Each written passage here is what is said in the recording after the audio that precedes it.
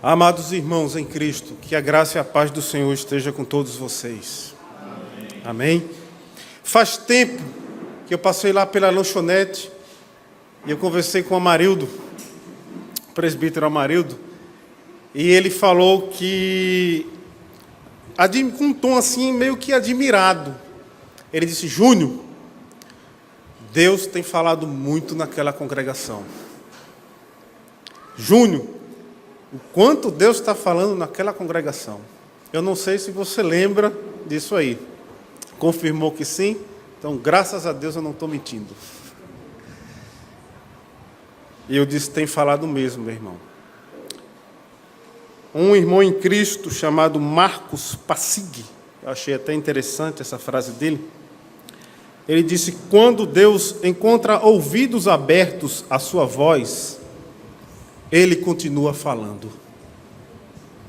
Irmão, se nós estamos aqui, é porque estamos com os ouvidos abertos, não só físicos, mas os ouvidos espirituais, para ouvirmos a voz de Deus. Enquanto os ouvidos estiverem abertos, Deus vai continuar falando. Pode ter 2 ou 3. Mas se os ouvidos estiverem abertos, o Senhor continua falando.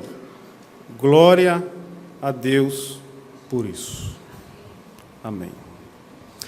Irmãos, eu estava em casa e de repente me veio um pensamento do fim. E eu comecei a pensar no fim. E nós sabemos que a história ela está se encaminhando para um fim. E o Senhor Jesus, na sua palavra, lá no Evangelho segundo escreveu Mateus, capítulo de número 24, no verso de número 14, ele disse: e este Evangelho do Reino será pregado pelo mundo inteiro para testemunho a todas as nações, e então virá o fim. O interessante é que tem muita gente que não está nem aí para o fim. Tem gente que só está pensando no agora. Mas pensando no fim, e há um texto fortíssimo lá no Apocalipse, capítulo de número 6, que fala do retorno de Cristo, desses acontecimentos escatológicos, do sol, da lua, as estrelas. A própria criação também ela vai sentir o impacto. E até os grandes, os pequenos, os ricos, os poderosos, por que não dizer os ímpios, né? Irão se esconder e até pedir para os montes e os rochedos caírem sobre si, porque o dia da ira do Cordeiro chegou. É preferível morrer do que ver a destruição. Os ímpios irão clamar desse jeito, assim nos diz a palavra do Senhor. Mas, irmãos, para nós, servos do Senhor, não vamos ficar com um comportamento desta maneira, né? A gente não vai precisar ficar com medo, nem se esconder. Se o crente se esconder, porque tem alguma coisa errada aí com ele. Mas sim erguer a sua cabeça e ter a plena certeza que a sua redenção já está próxima. E a certeza que ele tem no seu coração de que ele irá partir com o Senhor, isso aí é algo confortante para ele naquele dia. Então, pensando no fim, e para nós, igreja do Senhor Jesus, como nós devemos nos comportar para o fim? Estamos nos comportando de que maneira? Estamos nos preparando verdadeiramente para o fim? E aí me veio essa ideia na cabeça. E como nós podemos nos preparar para o fim? Uma vida de comunhão com o Senhor, uma vida de testemunho, não só aqui, mas lá fora, o sal fora do saleiro, uma vida de oração, uma vida de leitura da palavra, Enfim, há vários meios de nós nos prepararmos para o fim. Mas eu creio que um dos meios que me chamou muita atenção é a vigilância. E, infelizmente, muita gente não está vigilando e, infelizmente, está tombando. E, infelizmente, ainda não se levantaram ainda. A falta de vigilância está sendo um perigo muito grande. Sempre foi um perigo muito grande no meio do povo de Deus. Mas também, irmãos, é um tema que eu gostaria de trabalhar com os irmãos nessa noite, a respeito dessa preparação. Enquanto não chega ao fim, o Senhor me orientou na sua palavra, um meio também de a gente se preparar para aquele dia. E é justamente o texto que eu gostaria de compartilhar com os irmãos nessa noite, no Evangelho segundo escreveu Mateus, capítulo de número 25.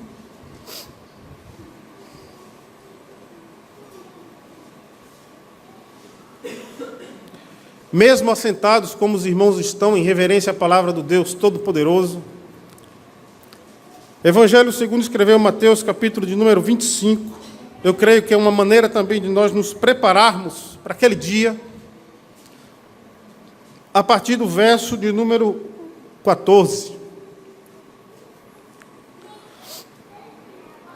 Se você encontrou, diga amém. Amém? Do verso 14 ao verso de número 30, eu vou estar lendo, os irmãos podem estar assim acompanhando nas Escrituras Sagradas.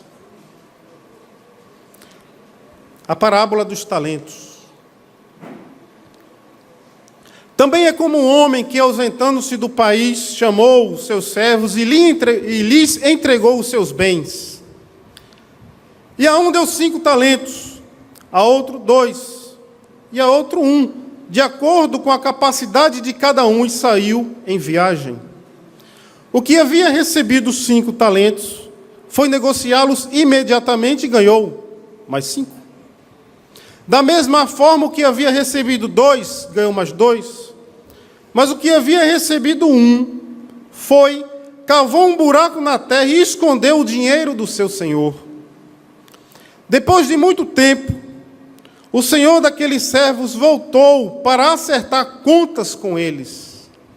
Então, chegando o que havia recebido 5 talentos, apresentou-lhe mais 5 talentos e disse: Senhor, entregaste-me 5 talentos, aqui estão mais 5 que ganhei. E o seu senhor lhe disse: muito bem, servo bom e fiel.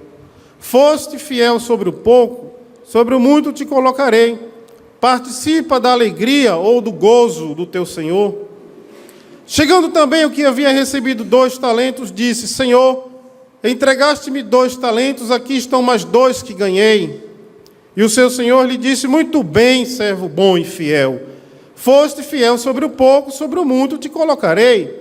Participa da alegria do teu senhor. E por fim, chegando o que havia recebido 1 talento, disse: Senhor, eu sabia que és um homem severo, que colhes onde não semeaste e recolhes onde não plantaste. Então, fiquei com medo e fui esconder na terra o teu talento. Aqui tens o que é teu. Mas o seu senhor lhe disse: servo mau e preguiçoso, sabias que colho onde não semeei e recolho onde não plantei? Devias então entregar o meu dinheiro aos banqueiros e, ao voltar, eu o receberia com juros. Tirai dele o talento e entregai-o ao que tem 10 talentos. Pois a todo o que tem, mais lhe será dado, e terá com fartura. Mas ao que não tem, até aquilo que tem, lhe será tirado. Verso 30. Lançai o servo inútil nas trevas exteriores. Ali haverá choro e ranger de dentes. Senhor, mais uma vez, diante da Tua palavra, nós nos encontramos desta feita agora, pedimos em nome de Jesus que o Senhor venha falar aos nossos corações. Pedimos em nome de Jesus que a preciosidade da Tua palavra venha encontrar morada nas nossas vidas. Que possamos sair daqui, ó Deus, cada vez mais e mais cheios da Tua presença. e com a responsabilidade, Senhor, de nos prepararmos cada vez e cada dia mais e mais para a vinda do Teu Filho. Abençoa a Tua igreja, aqueles que estão aqui estão querendo ouvir a Tua voz. Então eu creio que em nome de Jesus, Teu Espírito Santo irá usar o Teu servo para falar aquilo que Tu queres. Me usa para a honra e glória do Deus triuno. Assim eu te oro, te agradeço em nome de Jesus. Amém. Meus irmãos, o ministério de Jesus Cristo, eu creio que eu já falei isso aqui outra vez, de uma forma bem rápida e simples. Mas o ministério de Jesus me admira muito quando eu leio os evangelhos, porque eles se dividem em dois. O ministério de Cristo, no capítulo do número 23 do Evangelho segundo escreveu Mateus, no verso 1, diz: Então Jesus falou às multidões e aos seus discípulos. Havia assuntos em que Jesus falava não só aos seus discípulos, mas também às multidões. Então era um assunto dirigido popularmente ao povão. E aqui no capítulo de número 23, ele vai falar a respeito dos escribas e fariseus. É um outro assunto, é uma outra história. Não vamos falar nisso nessa noite. Mas o que eu acho interessante é que o ministério de Jesus, primeiro, ele se divide no ministério público. Jesus foi um homem de multidões. Jesus falava assuntos aos seus discípulos e às multidões. Então, logo, podemos deduzir que essa parte do seu ministério chama-se ministério público. Por outro lado, no capítulo de número 24 do próprio Evangelho, segundo escreveu Mateus, no verso 1, eu queria que você acompanhasse com a sua Bíblia. Nós lemos o 25, vamos para o 24. A partir do verso 1 diz: Tendo Jesus saído do templo, enquanto se retirava, seus discípulos aproximaram dele para lhes mostrar as edificações do templo. Foram ao templo, com certeza buscar a presença do Senhor no templo, e creio que quando terminou o culto, eles foram embora e os discípulos ficaram espantados, admirados com a construção do templo. Mestre, que obras! Mestre, que construções! Mas, irmãos, para a surpresa deles, o verso de número 2, mas ele lhes disse: Jesus, não estás vendo tudo isto? Em verdade vos digo que não ficará pedra sobre pedra que não seja derrubada. Que choque!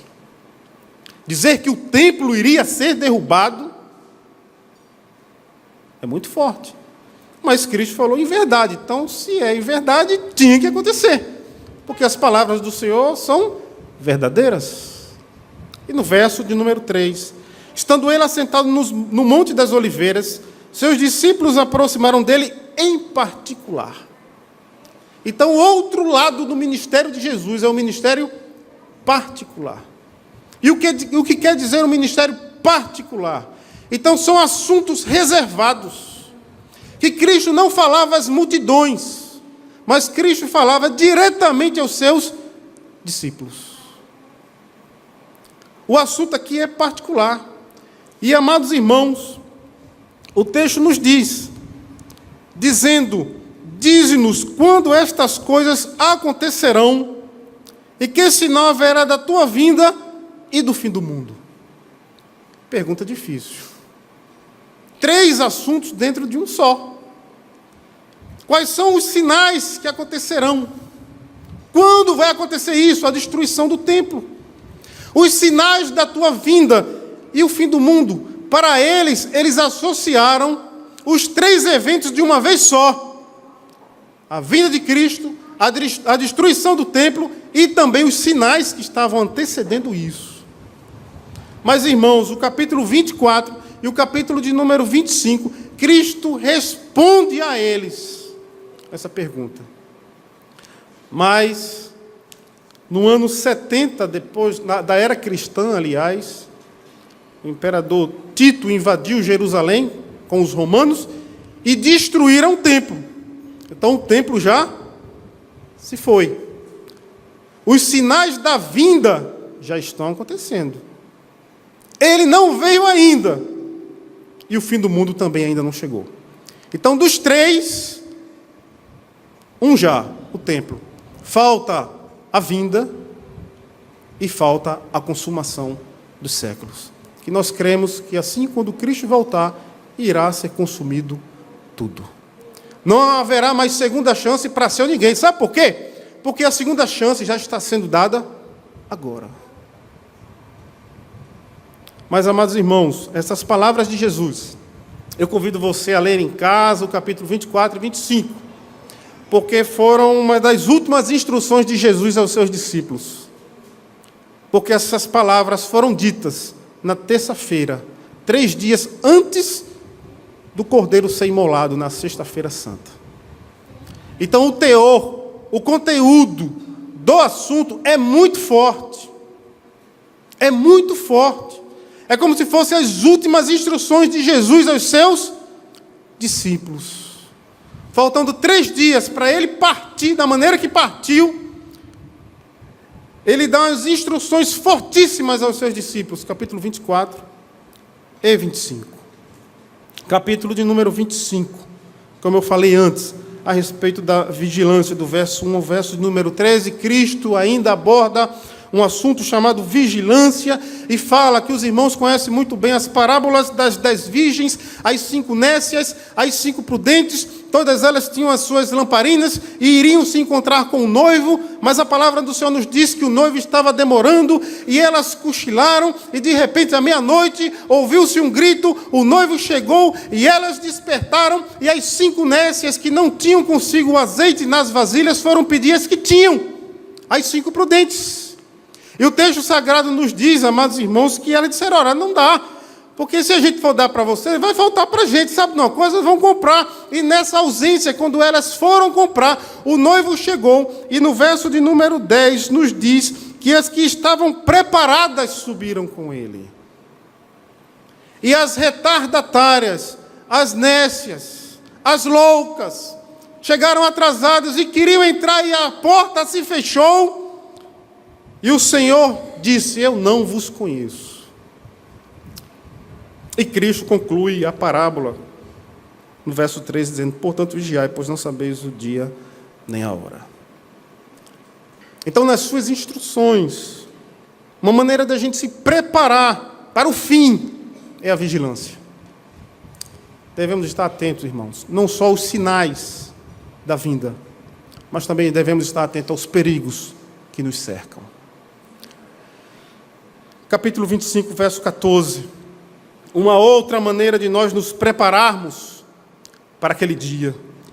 Cristo diz: também é como um homem que, ausentando-se do seu país, chamou os seus servos e lhes entregou os seus bens.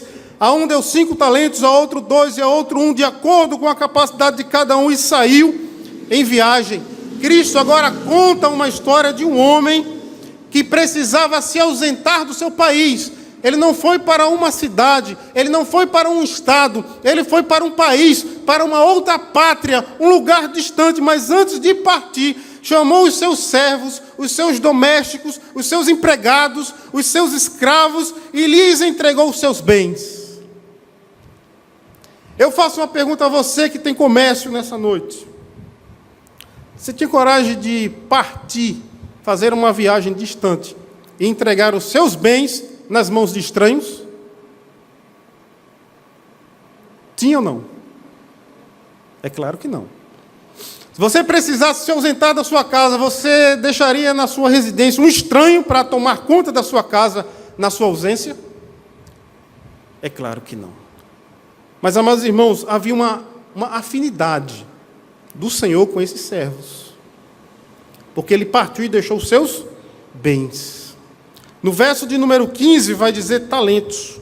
E no verso de número 18 vai dizer dinheiro. Então, logo, bens, talentos e dinheiro é algo de grande valor. Ele estava depositando nas mãos dos seus servos algo de grande valor enquanto ele estava ausente. E o texto diz que ele lhes entregou os seus bens. O texto diz que a um ele deu 5, a um ele deu 2, e a outro ele deu 1, de acordo com a capacidade de cada um, e precisou seguir viagem. Logo, nós podemos deduzir que o que recebeu 1 talento, aquele que tinha a capacidade de administrar 1 talento, ele não tinha capacidade de receber 5 talentos. Porque com certeza ele iria se embaraçar. Da mesma forma que recebeu 2, ele não poderia receber 5. Ele iria se perder. Mas o texto nos diz que o seu Senhor entregou os seus talentos, amados irmãos, de acordo com a capacidade de cada um. Então, aquele que tinha capacidade de administrar 5, toma 5. Aquele que tinha capacidade de administrar 2, toma 2. E aquele que tinha capacidade de administrar 1, toma 1. E o texto diz que quando ele entregou, aí sim, ele partiu e saiu em viagem. Mas, irmãos, note, no verso 14, como eu já falei, no finalzinho vai dizer seus bens. No verso 15 vai dizer talentos. E no verso 18 vai dizer dinheiro. Como outrora já afirmei, é algo de grande valor. Mas é uma parábola dos talentos. E o que significava o talento? O que é um talento? É algo de valor? Dependendo da região e da localidade, um talento poderia valer entre 30, 32,5, 34 ou 35 quilos de prata, dependendo do local e da região. Mas a Bíblia, na nova tradução da linguagem de hoje, transformou a prata em ouro. E eu achei legal, porque eu sou ruim de matemática. Então eu gostaria de trabalhar nessa noite com ouro, em vez da prata. O ouro eu acho que é mais gostoso. Então, na nova tradução da linguagem de hoje, um talento equivalia a 100 moedas de ouro. A um ele deu 500 moedas de ouro. A outro ele deu 200 moedas de ouro. E a outro ele deu 100 moedas de ouro. E o texto nos diz, meus amados irmãos, no verso 16, o que havia recebido 500 moedas de ouro foi negociá-las e imediatamente ganhou mais 5. Ele teve pressa. Enquanto o seu senhor se ausentou, ele teve pressa. Quem sabe ele pensou consigo mesmo, disse, eu vou negociar. E o texto nos diz que foi um resultado positivo ou negativo? O negócio foi bom ou foi ruim? Foi bom. Poxa, eu tinha 500 moedas de ouro, consegui mais 500 moedas de ouro, fez um total de 1.000 moedas de ouro. Foi bom ou foi ruim? Foi bom. Mas ele teve pressa. Isso foi imediato. Ele sabia que o seu senhor iria voltar. O texto sagrado nos diz que da mesma forma que havia recebido 2, ganhou mais 2. 200 moedas de ouro, foi negociado e ganhou mais 200, um total de 400 moedas de ouro. Foi bom ou foi ruim? Foi bom. Diferença para aquele que conseguiu 1.000, mas o texto nos diz que foi de acordo com a capacidade de cada um. Ele só conseguiu produzir mais 200. De 400 para 1.000, uma diferença de 600. Mas foi bom, porque foi de acordo com a capacidade dele. Mas no verso 18, o que havia recebido 100 moedas de ouro, cavou um buraco na terra e escondeu o dinheiro do seu senhor. Ele agiu de uma forma diferente. Se eu vou esconder. O senhor partiu, não sei porquê, mas eu vou esconder o dinheiro dele. Eu vou esconder o talento. Eu vou esconder o bem. Mas no verso de número 19, depois de muito tempo, o senhor daqueles servos voltou para acertar as contas com eles. Irmãos, o senhor que partiu, ele iria voltar. Ele deixou os seus bens aos cuidados dos seus servos. Ele iria voltar. E quando ele voltar, ele iria acertar as contas. E aí ninguém precisava ficar com medo, não é? A não ser que tivesse feito coisa errada. Aí sim, ia ficar com medo. Mas o texto diz depois de muito tempo. Foi, se ausentou, passou um tempão, voltou para acertar as contas. Então, chegando o que havia recebido 5 talentos, apresentou-lhe mais 5 talentos e disse: Senhor, entregaste-me 5 talentos, aqui estão mais 5 que ganhei. Entregaste-me 500 moedas de ouro, consegui mais 500 moedas de ouro, está aqui. E o seu senhor lhe disse, verso 21, muito bem, servo bom e fiel. Foste fiel sobre o pouco, sobre o muito te colocarei. Participa da alegria do seu senhor. Primeiro, o senhor reconhece o trabalho do servo. Muito bem. Há uma versão que diz excelente. Há outra versão que diz maravilhoso. Ele reconhece o trabalho do servo. Você foi bem na minha ausência. E agora ele elogia o servo. Servo bom e fiel. É um elogio. Irmãos, quando a gente faz algo de bom no trabalho que a gente recebe elogio, não é bom? Não é bom? É sinal que nosso trabalho está sendo produtivo. O patrão está gostando. Então ele foi elogiado. Muito bem, servo bom e fiel. Isso é bom. Ser fiel. Foste fiel sobre o pouco, sobre o muito te colocarei. Participa da alegria do teu Senhor. É como se ele estivesse dizendo assim: olha, vai haver uma festa, vai haver um banquete, por causa dessa minha volta, e sabe de uma coisa, você é meu convidado de honra, você vai estar ao meu lado, naquele banquete, naquela festa, e irá participar de tudo o que eu colocar ali. Você foi bom, você foi fiel, tem alegria para você. O texto nos diz, chegando também o que havia recebido 2 talentos, 200 moedas de ouro, disse: Senhor, entregaste-me 2 talentos, aqui estão mais 2 que ganhei. Foi bom? A resposta está no verso 23. E o seu Senhor lhe disse: muito bem, servo bom e fiel. Foste fiel sobre o pouco, sobre o muito te colocarei. Participa da alegria do teu Senhor. Irmãos, ele usa o mesmo vocabulário. Ele usa a mesma maneira de reconhecimento, da mesma forma com aquele que conseguiu 1.000 para aquele que conseguiu 400. Ele reconhece o trabalho dele, apesar de ser pouco, mas devido à sua capacidade, ele reconheceu. E reconhece o seu trabalho, ele dizendo: muito bem. E também ele elogia: servo bom e fiel. Foste fiel sobre o pouco, sobre o muito te colocarei. Participa da alegria do teu Senhor. Aonde aquele que conseguiu 1.000 estiver, você que conseguiu 400 vai estar também. Tem prêmio para você, tem banquete para você, tem recompensa para você, tem festa para você, você é convidado especial, você vai estar do meu lado, tem alegria também para a tua vida. Verso 24, por fim, chegando que havia recebido 1 talento, 100 moedas de ouro, disse: Senhor, sabias que és um homem severo, que colhes onde não semeaste e recolhes onde não plantaste. Então fiquei com medo, não sei porquê, e fui esconder na terra o que é teu, aqui tens os teus bens, aqui tens o que é teu. Irmão, esse outro, ele agiu de uma forma estranha. Quando o seu senhor chegou para acertar as contas com ele, uma coisa ele disse: Senhor, eu sei que és um homem severo. Eu sei que és um homem carrasco. Ou eu sei que tu és um homem ruim.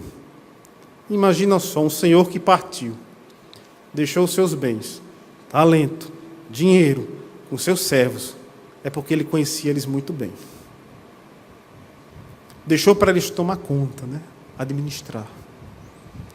E quando voltar, o servo que não produziu nada, dizer que o Senhor é ruim, é severo e é carrasco, ele está mentindo. E ainda diz mais, que colhes onde não semeaste e recolhes onde não plantaste. Isso também é mentira. Ele está dizendo que o seu Senhor é mentiroso.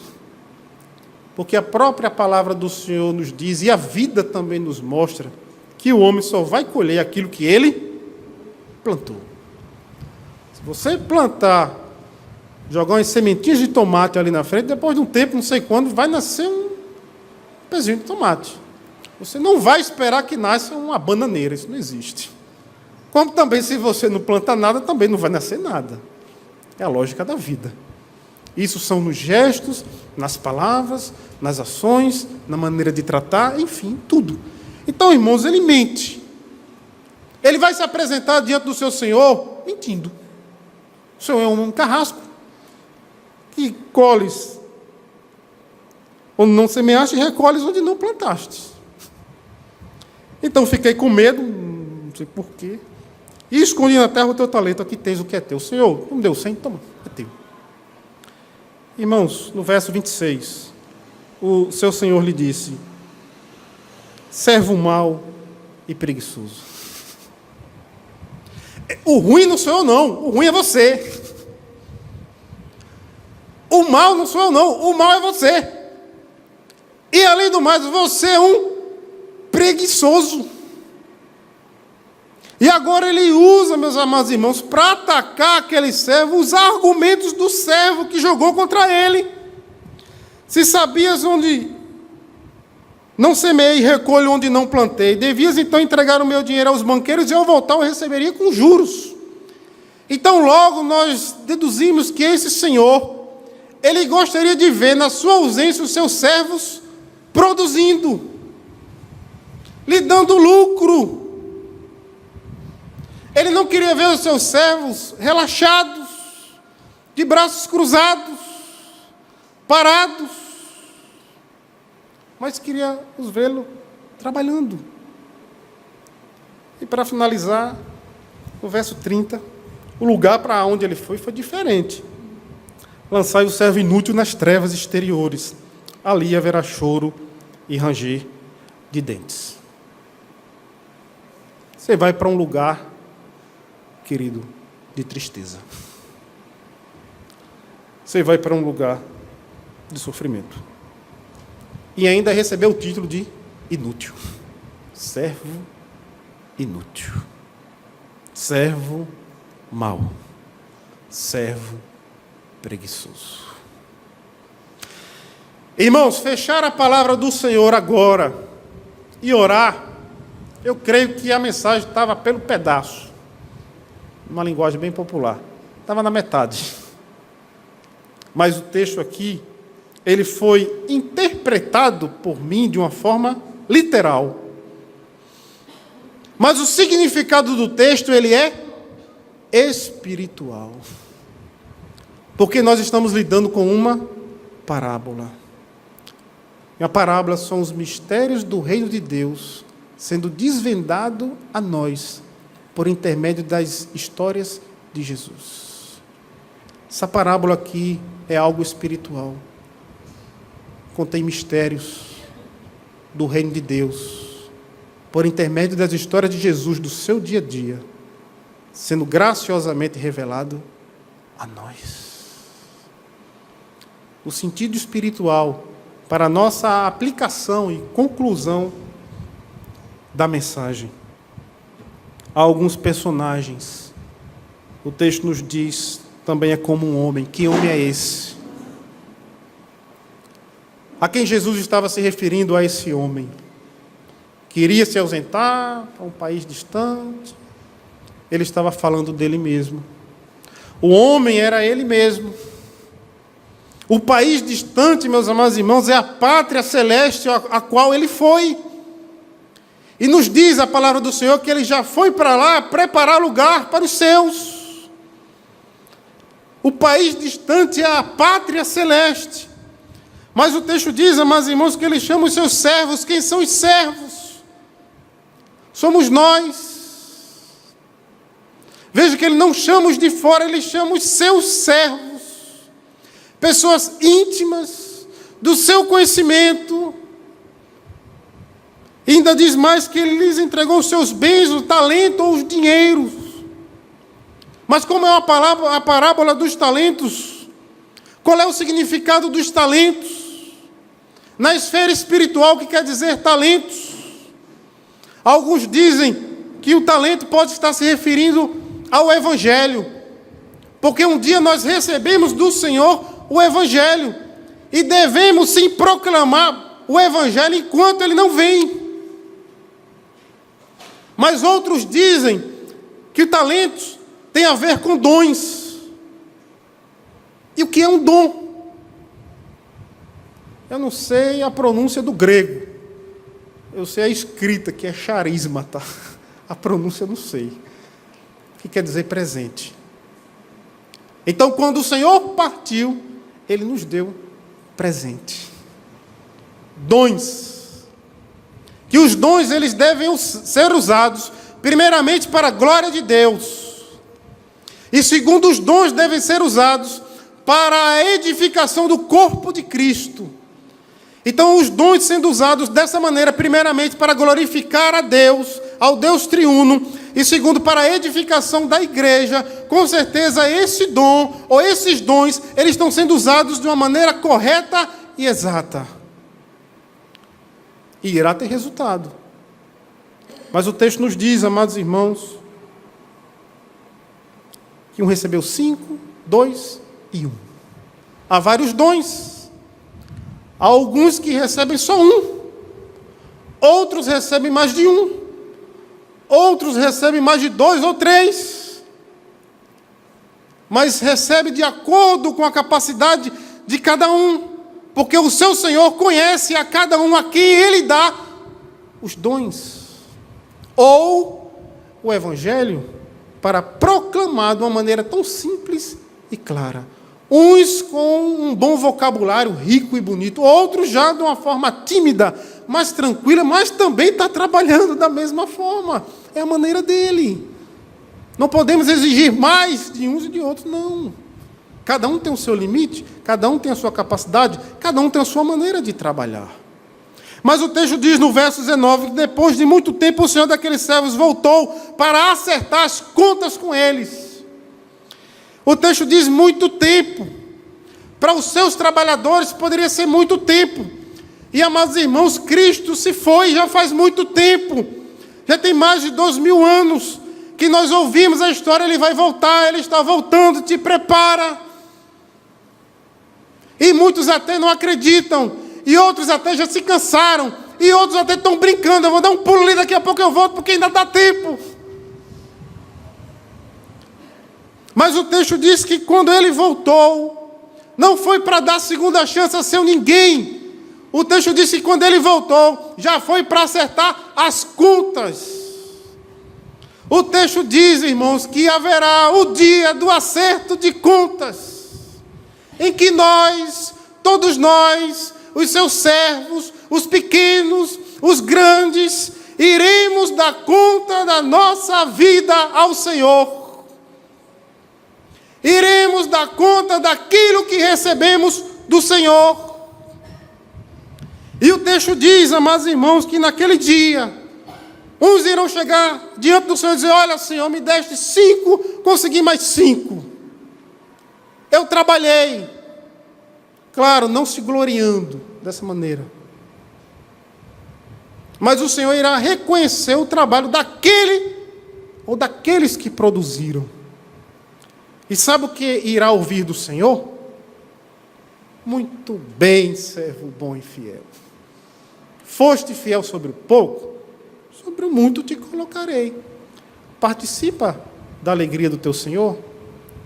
Irmãos, aqueles que trabalham para o reino de Deus, o texto nos diz aqui que irão ser recompensados.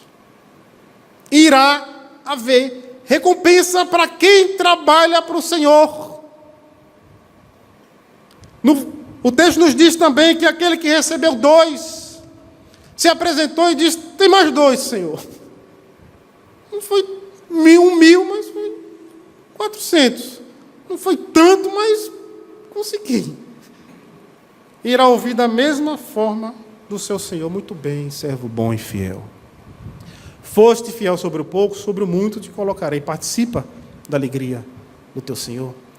Olha, do jeito que tem recompensa para aquele que teve muitos dons, vai ter recompensa para você também que teve poucos. Aonde eu estiver, Ele e você vão estar também. Como eu já falei, o sentido aqui é de uma festa, de uma recompensa para aqueles que trabalharam honestamente para o seu Senhor. Mas, irmãos, o texto diz que naquele dia, o servo que não produziu, o texto nos diz: Senhor, sabias que és um homem severo, que colhes onde não semeaste, recolhes onde não plantaste, então fiquei com medo e fui esconder na terra o que é teu, o teu talento aqui tens o que é teu. O texto diz, irmãos, que naquele dia do acerto de contas, vai ter muita gente que vai querer dar justificativa. Vai querer se justificar diante do seu Senhor. E justificativa aqui, nesse caso, é mentir. Porque tudo que esse servo falou do seu Senhor é mentira. Irmãos, nós podemos dar as nossas desculpas e as nossas justificativas uns aos outros. Podemos. E fazer uma outra coisa. Mas o texto nos mostra, meus amados irmãos, que diante de Deus, o Senhor não irá receber justificativa de seu ninguém. Porque o Senhor conhece muito bem os seus servos, os seus trabalhadores, aqueles a quem Ele entregou os seus bens, ou os seus dons, ou o Evangelho. Naquele dia irá haver desculpas. Senhor, eu estava ocupado demais. Senhor, eu estava trabalhando demais. Senhor, naquele dia aconteceu isso e isso. Vai haver desculpas, irmãos, naquele dia. Mas também na parte do Senhor, irá ouvir algo desagradável. Servo mau e preguiçoso, lançai o servo inútil nas trevas exteriores, ali haverá choro e ranger de dentes. Isso aqui não é purgatório, como alguns acreditam ainda, que é um lugar de purificação da alma, para depois se arrepender e ir para um lugar de habitação e glória, e gozo e paz e felicidade. A palavra de Deus não dá base para isso. A palavra de Deus, sim, nos dá base para uma vida eterna feliz com Cristo e uma separação eterna do Senhor para todo sempre. O choro e ranger de dentes aqui é um lugar de tormento eterno. Porque no verso 46 ele diz: e eles irão para o castigo eterno, mas os justos para a vida eterna. Meus irmãos, a aplicação dessa parábola para as nossas vidas é que irá chegar o acerto de contas. O fim irá chegar. E há vários meios de nós nos prepararmos para o fim e para o acerto de contas. A leitura da palavra, a vida de oração, a vida de comunhão, a vida de testemunho, a vida de vigilância, onde eu toquei nesse ponto, e a parábola onde nós estudamos nessa noite é a vida de trabalho. Trabalhe para o Senhor. Trabalhe. O apóstolo Paulo diz lá em 1 Coríntios, capítulo de número 15, verso 58, ele diz: portanto, irmãos, sede firmes e inabaláveis na obra do Senhor, no trabalho do Senhor, sabendo que no Senhor o vosso trabalho não é vão. Irmãos, nós conhecemos um Senhor que é bondoso. Nós conhecemos um Senhor que é gratificante. Ele irá recompensar os seus trabalhadores.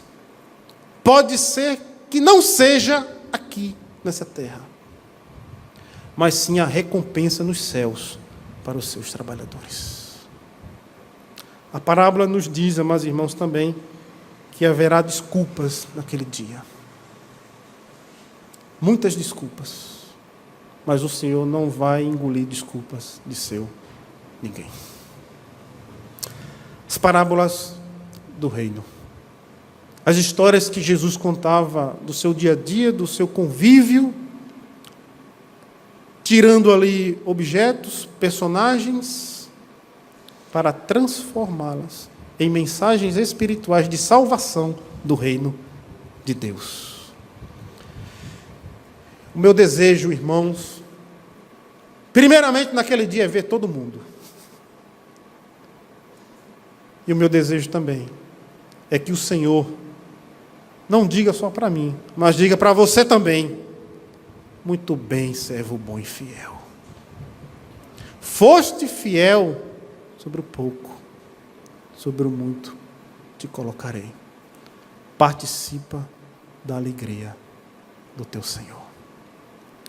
Há um perigo muito grande na vida daqueles que enterram aquilo que Deus lhe deu. Tem gente enterrando talentos. O Senhor um dia te deu o Evangelho, e tem gente que está guardando só para si. Cuidado. O Senhor te deu dons, tem gente que está enterrando os dons. Cuidado. A palavra de Deus nos diz, irmãos, que ficarão de fora do reino os bêbados, mentirosos, prostitutos, feiticeiros, idólatras, sodomitas, e a lista vai. Mas Jesus disse que o preguiçoso vai ficar de fora também, viu? Às vezes a gente só se preocupa com quem está lá, na perdição, na carne. Mas pela parábola aqui, o preguiçoso fica fora também. Que Deus tenha misericórdia das nossas vidas. Que o Senhor aplique a sua maravilhosa palavra aos nossos corações, em nome de Jesus. Amém.